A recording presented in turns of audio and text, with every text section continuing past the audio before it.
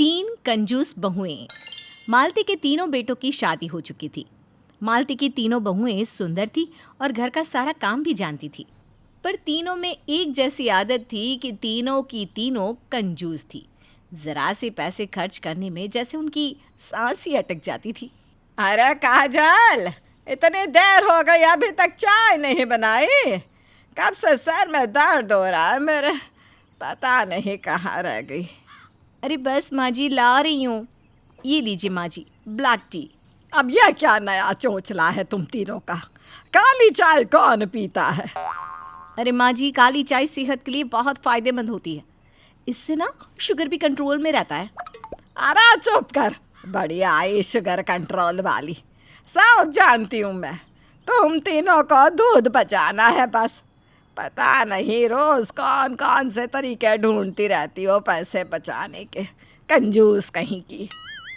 काजल, रिया और रेखा तीनों घर में बड़ी कंजूसी से चलती थी। अगर थोड़े से भी ज्यादा पैसे देने पड़ जाए तो वो पैसे बचाने का कोई ना कोई जुगाड़ कर ही लेती थी। दीदी, बाहर धोबी आया है, कह रहा है नए कपड़े हैं तो 50 रुपये ज्यादा लेगा। 50 रुपये? रुक, मैं आती हूँ। इतने ज्यादा पैसे कौन देगा? अरे भैया, 50 रुपये ज्यादा क्यों मांग रहे हो? अरे भाभी, ये सारे आपके नए कपड़े हैं, इसलिए इन्हें ध्यान से करना होगा, तो पैसे तो ज्यादा लगेंगे ना भाभी। अरे ये कपड़े तो अभी एक ही बार पहने हैं सबने, 2-3 बार पहन लिए फिर तो लाएंगे। ये क्या कह रही है बहू? 2-3 बार पहनने के बाद धुलाएगी? पागल तो नहीं हो गई तू? मैले कपड़े कौन पहनेगा दोबारा? अरे माँ जी, नए कपड़े तो ऐसे ही पहने जाते हैं। अंग्रेज लोग तो कई दिनों तक कपड़े नहीं धुलाते। अरे तुम अंग्रेज नहीं, कंजूस बन रही है। नए कपड़े हैं, साफ करके अलमारी में रखेंगे तो खराब नहीं होंगे, ऐसे तो बदबू आएंगी इनमें से। अरे माँ जी, नहीं आएगी बदबू, मैं परफ्यूम लगा कर रख दूँगी, आप चिंता ना करिए। भैया, आप ये कपड़े वापस दे दीजिए। ये नहीं सुधरेंगी तीनों। रेखा ने कपड़े धोबी से वापस लेकर रख दिए और किचन में काम करने चली गई। इतने में उसकी सास की सहेली कमला बाहर आ जाती है उससे मिलने, और तीनों बहुओं को फिर से चिंता होने लगती है। अरे दीदी, अब चाय, नाश्ता, शरबत सब बनाना पड़ेगा इनके लिए। हाँ, और ये तो एकदम बिना पानी की दूध की चाय पीती हैं। अरे चिंता ना कर, मैं हूं ना, कुछ करती हूँ। काजल बाहर आती है जहाँ उसकी सास और कमला बैठे हुए हैं। अरे काजल बहू, जा कमला के लिए बढ़िया सी चाय और गर्मा गर्म समोसे लेकर आ। हाँ हाँ माँ जी, ज़रूर। पर आंटी, आपका चेहरा तो बहुत फीका फीका सा लग रहा है। मेरे चेहरे को क्या हुआ? अभी तो बिल्कुल ठीक था। लगता है आंटी, आपकी शुगर और कोलेस्ट्रॉल बढ़ गया है। अक्सर ऐसा होता है जब ज़्यादा मीठा और तला हुआ खाए तो। मैं एक काम करती हूँ, आपके लिए काढ़ा बना कर लाती हूँ, इससे आपकी सेहत और चेहरा बिल्कुल खिल जाएगा। काढ़ा? अरे नहीं, मैं बिल्कुल ठीक हूँ, मैं नहीं पी रही कोई काढ़ा वाढ़ा, अपनी सास को पिलाइए सब। अरे आंटी, पीकर तो देखिए, बहुत फ़ायदेमंद है। अब भी लाती हूँ मैं। मालती, मुझे ना ज़रा काम है, मैं चलती हूँ। काजल, तू अपनी सास के लिए बना दे काढ़ा, चलती हूँ मैं।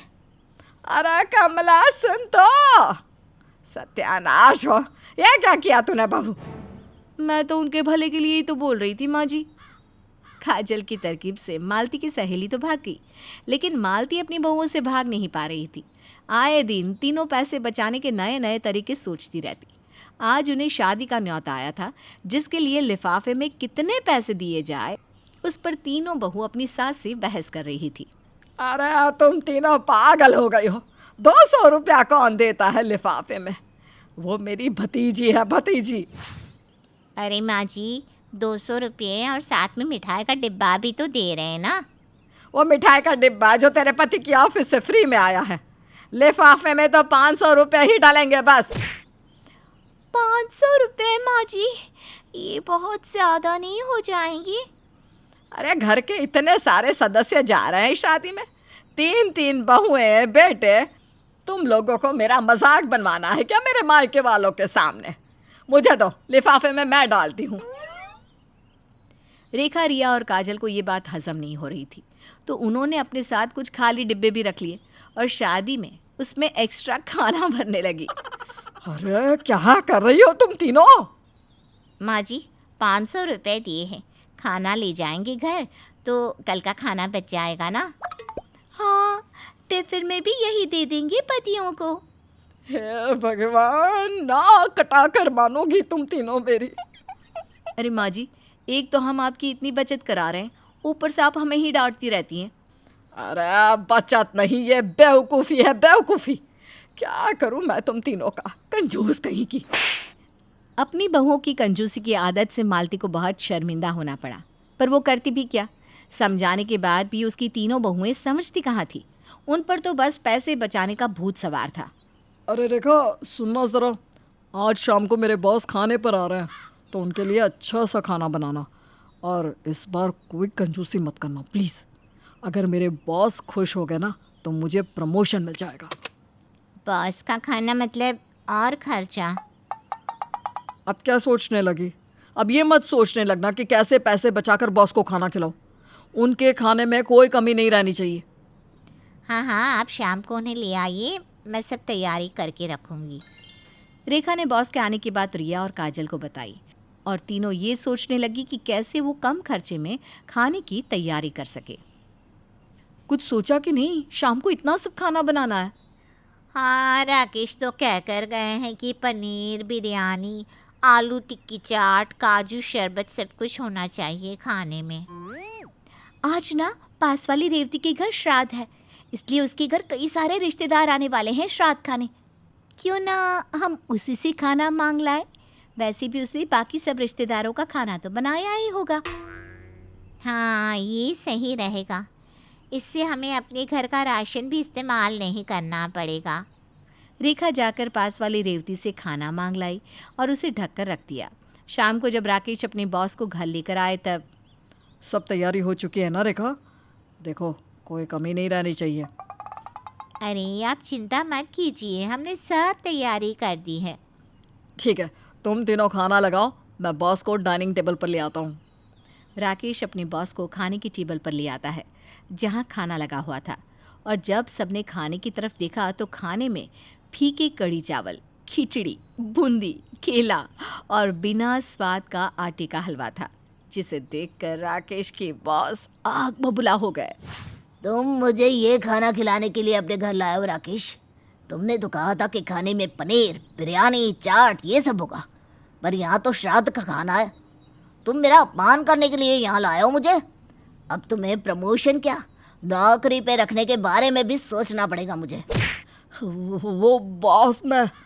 अरे राकेश, तुमने बताया नहीं अपने बॉस को? ये खाना तो मैं खाती हूँ, इनके लिए खाना ये रहा। आइए आइए, आपका खाना वहाँ उस टेबल पर है। मालती राकेश के बॉस को दूसरे टेबल पर ले गई, जहाँ कई तरह के पकवान, पनीर, चाट, हलवा, पुलाव रखे हुए थे, जिसे खाकर राकेश के बॉस बहुत खुश हो गए।